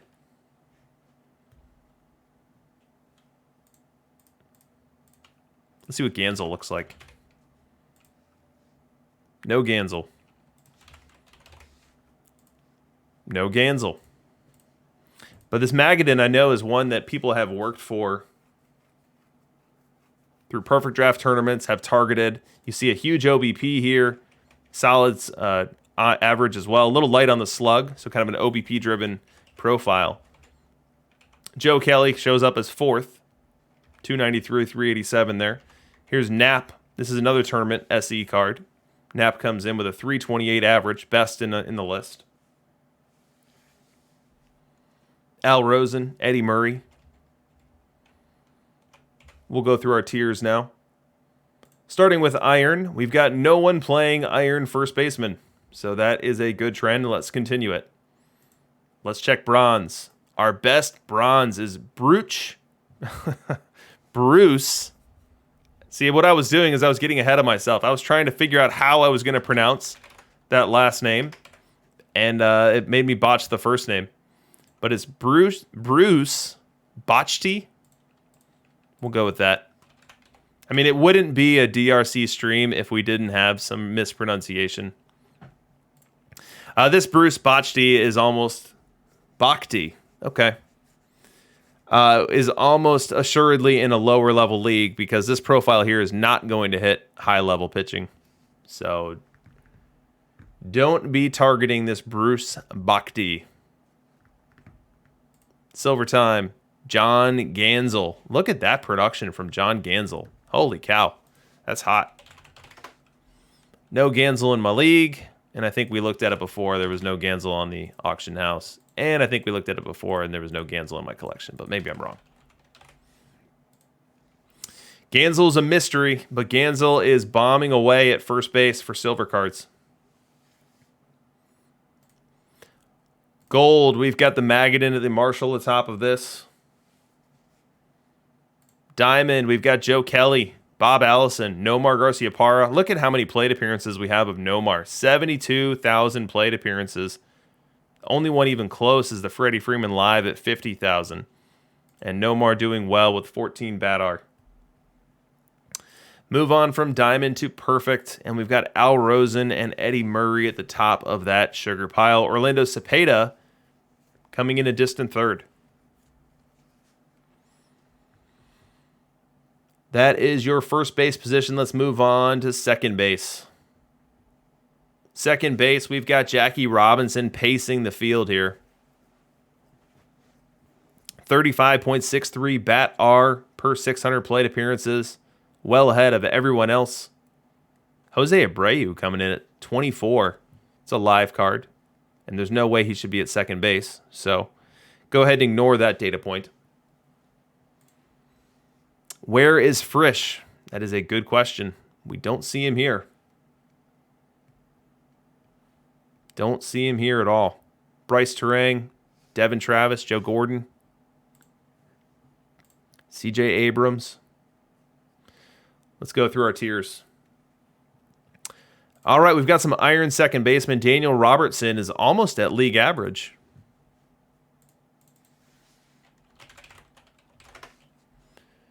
Daniel D-Rob Robertson. I mean, don't play an iron card. You can find bronzes that are better. But we have this card producing around league average bat production in short sample. We go to bronze. Tommy LaStella. Tommy LaStella, our leading bronze bat for the week at 12.25. Doing so with good slugging, which is kind of surprising. I would expect he would be more high batting average. A profile driven by high avoid K. We move on from bronze to silver. And we've got the Devin Travis one-hit wonder. I was looking for that card the other day and couldn't find it. None in my league. Let's see if we've got one on the auction house. No Devin Travis, but he's got a high average, high OBP, high slug in our sample here tonight. Did I miss a bunch of Arias data? Yeah, 12,000 plate appearances. Hey, he's a cheap live card, and if you put him in your main league, he's going to bat around 300. That's incredible. That's hard to find. So moving on from bronze to silver to gold. And in gold, we see this weird Jose Abreu data point. And then Bryce Turing, CJ Abrams, Nick Madrigal. So the Madrigal, even though he's popping a really high batting average and competing for batting titles, because he's kind of an empty average in some ways, not a high slug, not a high walk rate, the overall bat run favors people who can do more.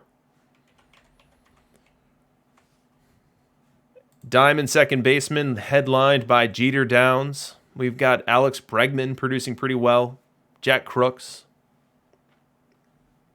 And then perfect second baseman, Jackie Robinson. A huge delta. Joe Gordon, another pretty big gap. And then Tony Lazzeri.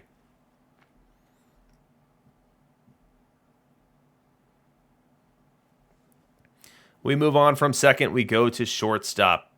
At shortstop, we've got Jackie Robinson doubling the field here. 50.81 batting runs per 600 plate appearances. Well ahead of Barry Larkin at 19.7. Well ahead of Alan Trammell, 17.5. We'll go tier by tier. No one's good in iron. Bronze, we've got Avilas treading water at 1.52. Silver, we've got Dick Groat, a 74 card.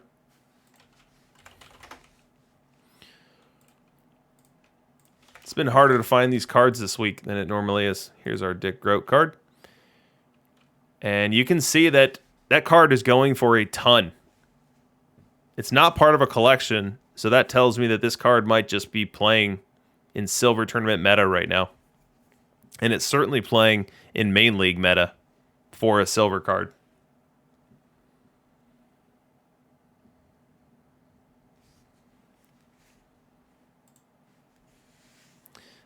Moving from silver, we go to gold. We see Nick Madrigal, Ed Howard, Ryan Vilade. We've already talked a lot about the Madrigal card. Diamond, Woody English.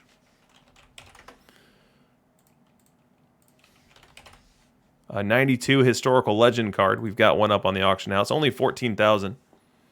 A card that you're going to want to platoon. Protect a little bit. It's going to hit better versus left for sure. But 3,000 plate appearances of really high OBP in main league play this week. Outpacing Nomar. And then as far as perfect cards go, we've got Jackie, Larkin, Trammell, Bancroft, Petrocelli, Peckinpah.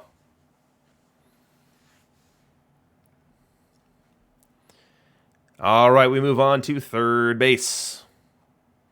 Third base headlined by Petrocelli. Marco Luciano second. Ernie Courtney third. Silver card. Eddie Matthews, PA trainer. Ray Boone. Let's go tier by tier. Iron cards. Aledmus Diaz. Highly negative bat R. Don't use an iron card. Luis Arias. Petrocelli. Wouldn't it be easier if you had someone smarter than me to pronounce all these names? Luis Arias dominating here. I mean, it's a super small sample size. Only 616 plate appearances at third base, but putting up a 330 average. 388 OBP. Very good bronze card. I mean, if you've just got a black hole on your team, if you've got a black hole at one of your infield spots or at a utility spot, Luis Arias is a great fit for it. Go pick one up right now. They're great. All right, from bronze to silver, Ernie Courtney, 22.26. I don't know if this is a card I have or not, but we're going to find out. I don't know much about it.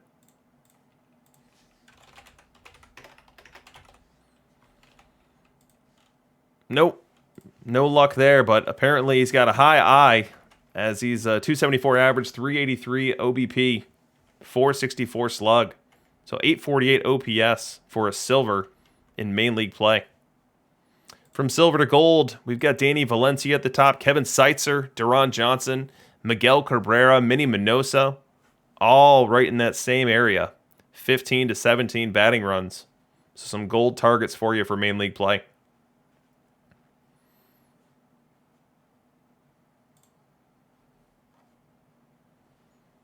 Diamond time.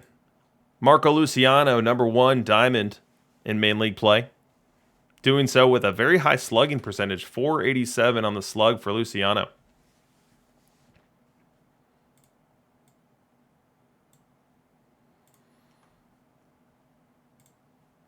As far as perfect cards go at third base, Rico Petrocelli edging out Eddie Matthews, and then well ahead of Tony Lazzeri, and even ahead of Al Rosen.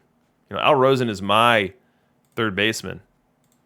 And Rosen's had some really big weeks for me. He's had some really dud weeks for me. This week was more of the latter. Only 113 on the OPS plus. And we see that globally, he's well behind Lazzeri, Matthews, and Petrocelli. All right, let's get to the outfield. I'm going to lump left field and right field together. And we will look at it globally first.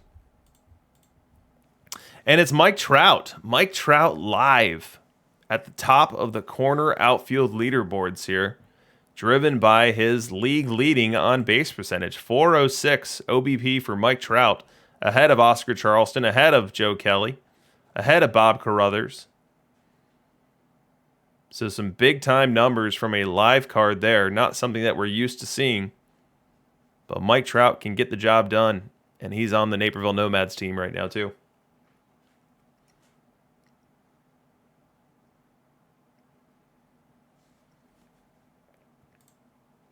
Let's go tier by tier. Irons. Jesus Tavares playing and playing poorly. Don't use them. Bronze cards. We've got some good ones here. Austin Dean, Felipe Alou. Davy Jones, I know, is popular in bronze tournament meta. Same with Austin Slater. Moving on up to silver. We've got a Steve Evans card. Let's see if we can get some eyes on a Steve Evans silver card. Not in my league. Not in the auction house. When we strike out here, I feel a small part of me die each time. Steve Evans. Hey, we've got one in collection.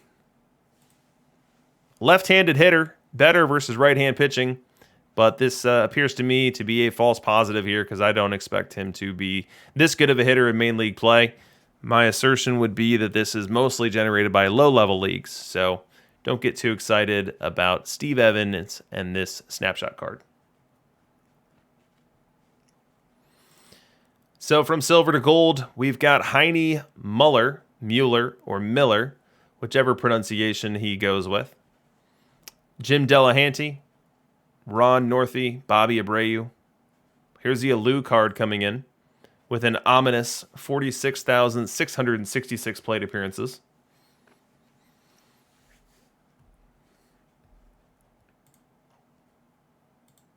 On up to Diamond, we've got Joe Kelly, Jim Ray Hart, Bob Carruthers, J.J. Bleday, future legend. Here's a Brian Jordan SE people get excited about. Here's our Hack Wilson. All right, perfect corner outfielders. Trout at the top, Oscar Charleston, and here's Torriente. So I was curious to see how much Torriente data we would have, and the answer is not much. We've got 836 plate appearances. Now, those plate appearances are good, and this is just corner outfield. When we get to center, we could have some more. But in a corner, he's producing a triple slash of 329, 382, 497. The market leader in terms of 100s for corner outfield is Enos Slaughter. Now, he's coming in well beneath those other guys in terms of production, but he's also more expensive, more budget-friendly than a Torriente or a Charleston. But Mike Trout and him probably on even footing. All right, let's go to center field. In center field, we've got Roy Sievers leading the pack. Let's go level by level. Irons, Jake Fraley. Bronze, Thomas Howard, Reed Nichols, Felipe Alou. Silver time, Aaron Hicks, Snapshot. Let's see if we can see what this Aaron Hicks Snapshot looks like. So we've got an eye-driven profile here. It's a switch hitter, kind of rocking, even back of card ratings up and down. Right in the 60s range for every rating. Interesting little silver card. Doesn't play great defense. Move on up to gold. We've got Raul Mondesi, Chuck Hinton, Clyde Engel, Ty Cobb, Christian Robinson, future legend, George Valera. To gold, we've got the Roy Sievers card. I don't know this card. Let's see if we can get eyes on it. I know I don't have it in my collection. Not on the auction house. And it is not in my league. Bob Allison, 92 All-Star. Second, Brandon Marsh. Third, here's Hack Wilson, fourth. Perfect time. Who's leading the perfect level? And it's Charleston 1, Mike Trout 2, Cristobal Torriente 3. But they all get there a different way. Look at the average OBP slugging of each of these three cards. So Charleston, the highest slugger of them, 511, slugging percentage, lowest OBP of them, but a solid average of 300. Mike Trout, a really low batting average comparatively, down at 258, but he's walking a ton. And he's hitting for power. It's up at 460.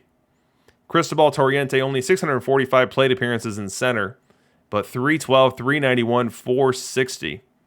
So it'll be fun to watch these guys duke it out as Mike Trout gets a live card update and Charleston and Torriente both get more data.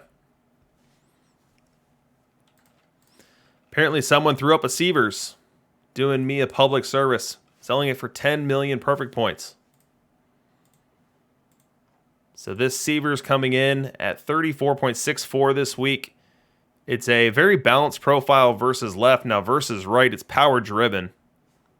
Card that you can play at first base, left field, center field.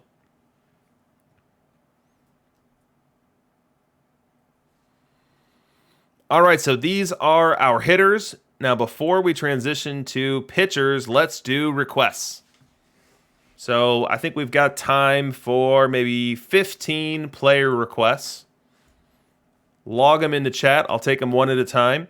And do put the player card rating on there. So if you want to see Mike Trout, say 100 Mike Trout.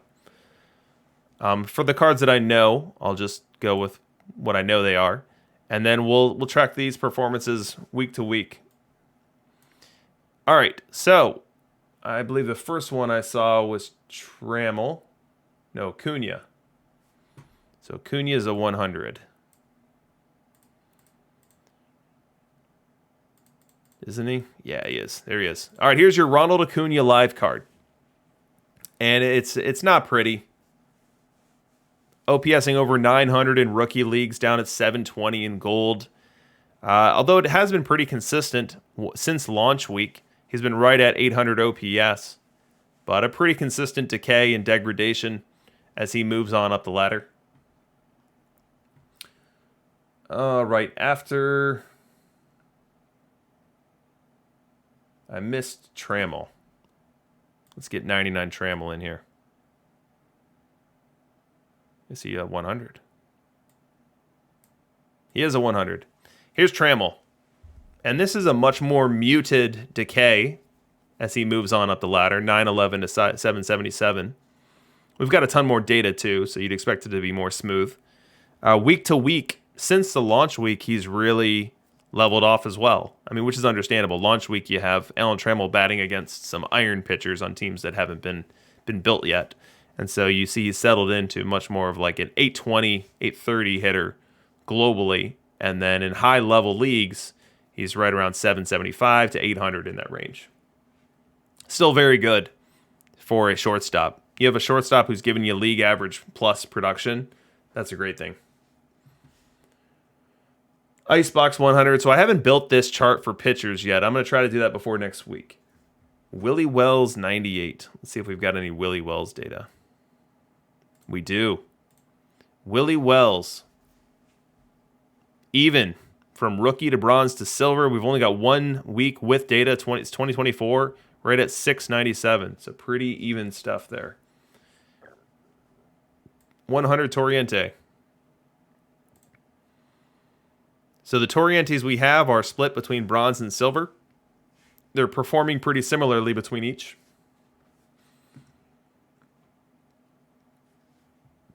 '71 Alex Verdugo.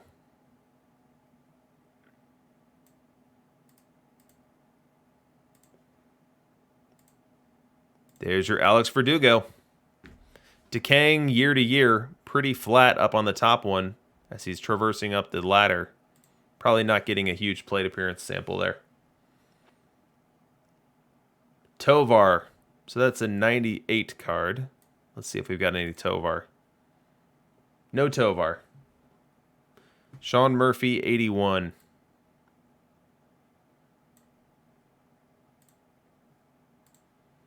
Here's Sean Murphy. Not hitting. Not really hitting. Down at 524 up in silver.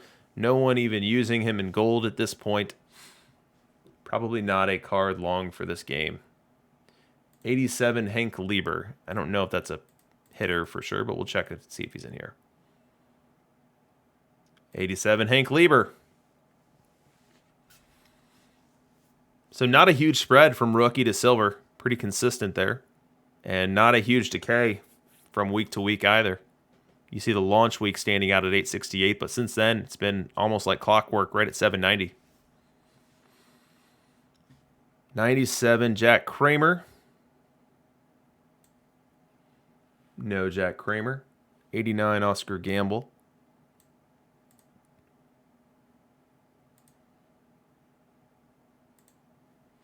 Here's Oscar Gamble for you. All right, we'll do 3 more and then we'll call it. 85 Sandy Alomar.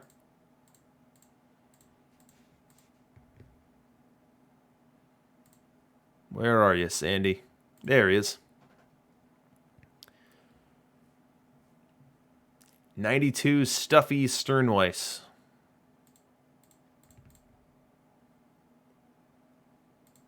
There's Stuffy. Some pretty big decay on Stuffy there, down at 607 in gold. Not a good sign. 94 Roy White. Here's Roy White. Very consistent. Only 787 to 710, moving up from stone to gold. And last but not least, 94 Mark Belanger. An homage to PT21. And Mark Belanger, not known for his bat. All right, if I didn't get to you, you feel free to DM me with a specific player request. I'd be happy to attach for you and send you via message the charts for whatever hitter you're looking at. And again, I'm going to try to build the pitcher ones by the time we come back together next week. All right, let's talk pitchers. We'll first start with starters. We will first start with starters. Okay, so what are we looking at here? We are looking at, and what I want to do is I'm going to increase our sample size. 200 IPs is just too low for starters. We'll lower it back down to 200 once we're looking at relievers again, but I want to really focus on the guys who have produced and have produced in large samples. So, number 1 pitcher this week, guys. If you remember, it was Icebox last week. It was surprisingly Icebox. But this week, we've got Icebox down at 6. So he has fallen from 1 to 6. And who took his place? Who took his place? It's Satchel Paige. Waitham asking how to DM me. I'm DRC Nomads in the Discord. If you search up DRC, you'll find me. So Satchel Paige, number 1, right behind him, Cy Young. Now, Satchel Paige has that lower control, so you're going to get more base runners, and that's why his whip is higher than Cy Young. But he's also got that higher stuff to be able to strike his way out around it. And that's exactly what he did. Behind Cy Young, we've got Burley Grimes at 314. Very solid. Roy Oswalt coming in fourth, 326. John Matlack behind him at 339. Let's see if we can get eyes on a Matlack. It's not a card I'm as familiar with. And you know what? He's kind of built like the Burley Grimes. You know, stuff movement on the higher end, control lower. And in the early going here in PT22, that's been what's working. That's what we saw last week with Icebox.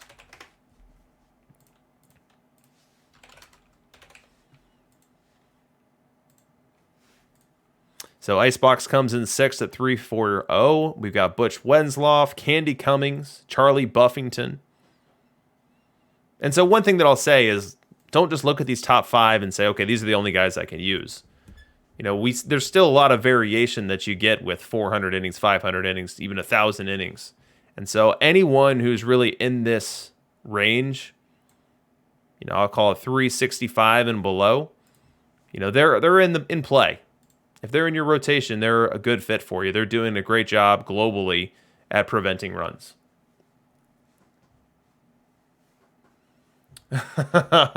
Riff Rap calling me out for selling cards at 46 perfect points.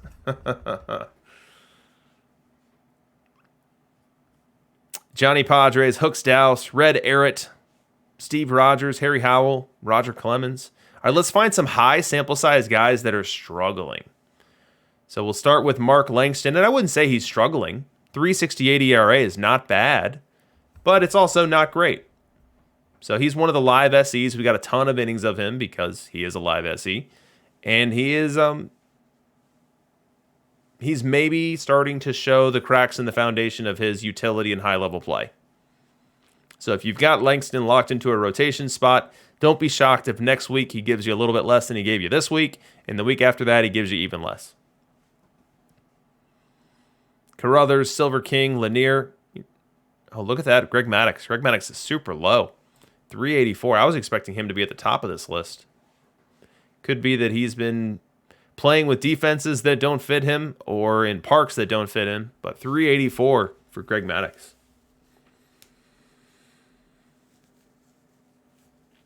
Justin Verlander, we see him at 383, so even worse than Mark Langston. Seeing this, I might need to switch the order of those two in my rotation. We move on. Let's see what other big sample size guys we've got. We've got Don Sutton down here at 4. So Don Sutton showing you that he is a pretty big step below the other SEs. We've got Denny Nagel. Denny Nagel showing up right in the same neighborhood as Sutton. Jacob deGrom live. Who knows with what deGrom's doing in real life, maybe he gets a boost that makes him more viable in main league play for at least a week or two. Lucas Giolito at 415. Garrett Cole at 420. Scherzer 423. Gio, that SE, who I actually like in the bullpen, but 429 as a starter. Hubble 437. And on down. So these are your starters. Let's go tier by tier. Maybe I can move this on over here. And we can target some lower level pitchers that are doing well. So let's start with iron. We've got no one using iron pitchers. That's a good thing. Bronze. We've got no bronzes over our sample size. That's not a bad thing either. Where's silver? There's silver. All right. Alex Wood is our first silver card. He's at 4.16 on the ERA. So if you are really hurting for perfect points and you need someone to put into your rotation, Alex Wood appears to be someone who won't kill you there. Let's move on up to gold. And we've got Peaches Davis ahead of Zach Duke, Daniel Lynch. All of these guys below 4. Irv Young, one that I know a lot of people are using. So Irv Young is a movement-dominant profile. And so far doing, I wouldn't say doing well, but I'd say doing good enough in perfect team play.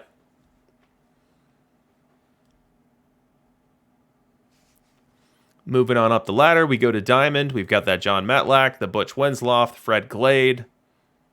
And then as we compare perfect pitchers, Satchel Paige, Cy Young, Briley Grimes, Roy Oswalt, Icebox Chamberlain.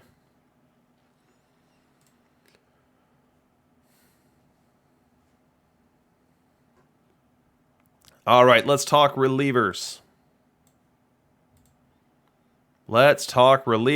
Probably a surprise to no one, but the Bill Campbell, the 100 historical legend Bill Campbell coming in at the top of this and coming in with a dominant performance of 2.28 on the ERA. Bert Roberge coming in second. Let's see if we can get eyes on that card. I don't think I have a copy, so it's going to need to be on the auction house for us to have a chance. And there is one. It's up for $50K. It's got an L7 of 25, but we can see what's making him effective. He's got incredible movement and incredible control. So both of those covering up a lack of stuff, and we see that lack of stuff come through on his K per 9. Only 5.97 on the K per 9 for Bert Roberge. Look at Diego Castillo, man. Is that a find tonight for many of you guys or what? Diego Castillo really pitching well. Irv Young. So we talked about Irv as a starter, looking like he's doing well in the bullpen as well. Someone mentioned Langston out of the pen, and what we're seeing here is that, at least from those that are over our sample size threshold, Langston doing very well. 3.22 on the ERA out of the pen, just behind our Diego Castillo find. Live Chapman, someone's asking for. Ooh, Live Chapman way down here at 357.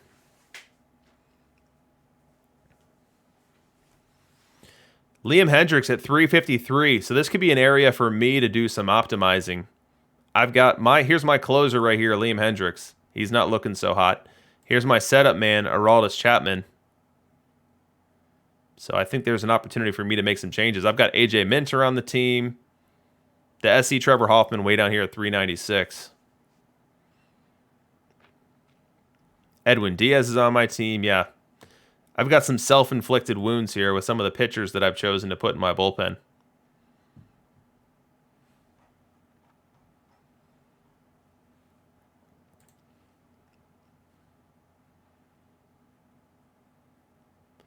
All right, let's go tier by tier, and then we'll close out Practice Makes Perfect League and get you guys on to Dish.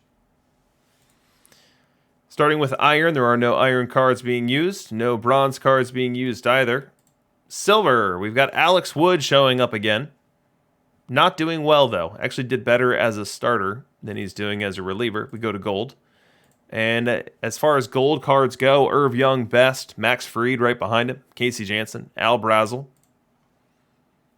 Good performance. Did I sell this card? I either sold it or put it on my reserves, but maybe I need to find his way back into the team. Garrett Crochet. I think Crochet's on my reserves. He could probably be better than a lot of the guys I have in there. From Gold to Diamond, this is where we see Bert Roberge, the Diego Castillo that had a 0.5 ERA for me this year? Look at this. Diego Castillo pitched 32 1/3 innings for me. Gave up 2 earned runs, both via home run. So the only people that scored against Diego Castillo this week were those that hit the ball over the fence. The other 20 hits against him did not score. Yeah, Riff Raff's elbow with a good point that the Gold Live Reward SEs are playing very well. Brazel, Nagel, etc. So from Diamond up to Perfect, and of the perfect pitchers in relief, we have Campbell and Reardon both doing very well. Giolito doing okay at 361, and the rest of these guys really not being a great value, because all these cards are costing more than $20,000 and not returning nearly that much value.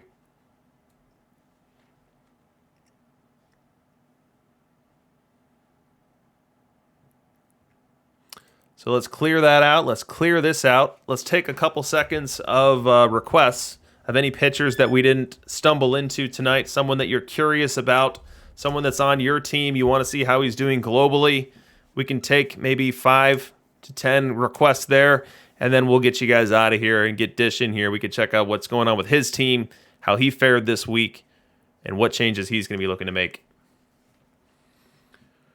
The new Romo. There's no way that the new Romo is going to be over the sample size threshold, but I'll give you a search either way. All right, what do we got here? Strasburg. How's my buddy Strass doing? Oh, yuck. 4.65 ERA for Strasburg. No, thank you. Tommy Bridges. Bridges at 4.35. Kind of a high whip, 4.35.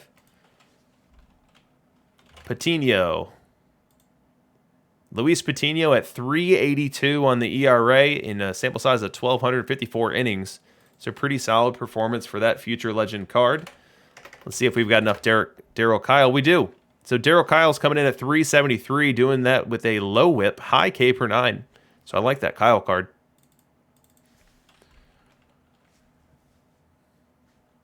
Candy Cummings. I think we bumped into him before. We can check him again. So 3.54 on the ERA. He's right towards the top of the list of this this leaderboard, especially for starting pitchers. Low whip pitcher. Live Chad Green. Chad Green's in my bullpen, I think. He's shuffled in and out. Let's see how he's doing here. Chad Green, 3.99. Bobby Parnell. I've got Mel Parnell, and I don't have Bobby Parnell, so it must be beneath the sample size. Moreno. Orber Moreno, a gold 86 card, 3.72 ERA for Orber Moreno. Bob Veal. Bob Vila or Bob Veal? Bob Veal. 4.50 ERA for Bob Veal. Really high whip. I don't like that at all. Axford. Not enough sample size for Axford. We'll get to a couple more here. Walter Johnson. Not enough for Walter. Dixie Walker. I think we saw Dixie either last week or the week before, right towards the top of a list. And right now we don't have enough innings. George Uhl. Or Ewell. George is at 4.57 on the ERA. All right, two more. Carruthers. Bob Carruthers, 3.71 with a 138 whipped, 503 K per 9. And last but not least, as Excel is nearly crashing, Nathan, not above the sample. So we'll move on to the next one. Gio Gonzalez, 4.21 ERA, 156 whip.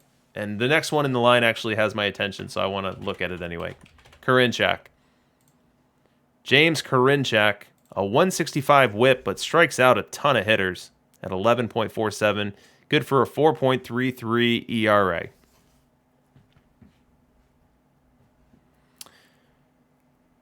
And so that's it, guys.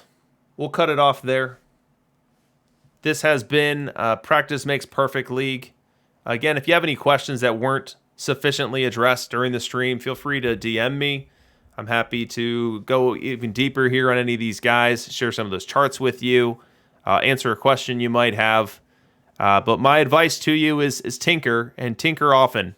And that's exactly what I plan to do with my Nomads. My hope is that by the time you guys see me next Sunday, we've got a lot of new players in position here. We've got a lot of new production, and we're improving upon what this week was. Because we got a little stale at this point. We've got some guys that need to move on. Campanella's got to go. And the other thing to look for is those live card updates. We'll see who's going to be more playable in main league play. It's obviously going to have huge impact with regards to tournament rosters. So that's another thing to have your eye on. If you've got some speculation plays out there, good luck to you. Hopefully that those bump up to the level that you need them to. But other than that, if this is the first time you're seeing me, I do have my personal channel as well. It's twitch.tv/DRC_nomads. On Thursdays, I stream there after Chris Jardine drops the new content on This Week in Perfect Team. The show is called This Week in Perfect Team, and we go through all those cards. We have a little fun with it, and we'd love to see you over there this week. But this has been Practice Makes Perfect League, and I'm your host, DRC, and we will see you next Sunday.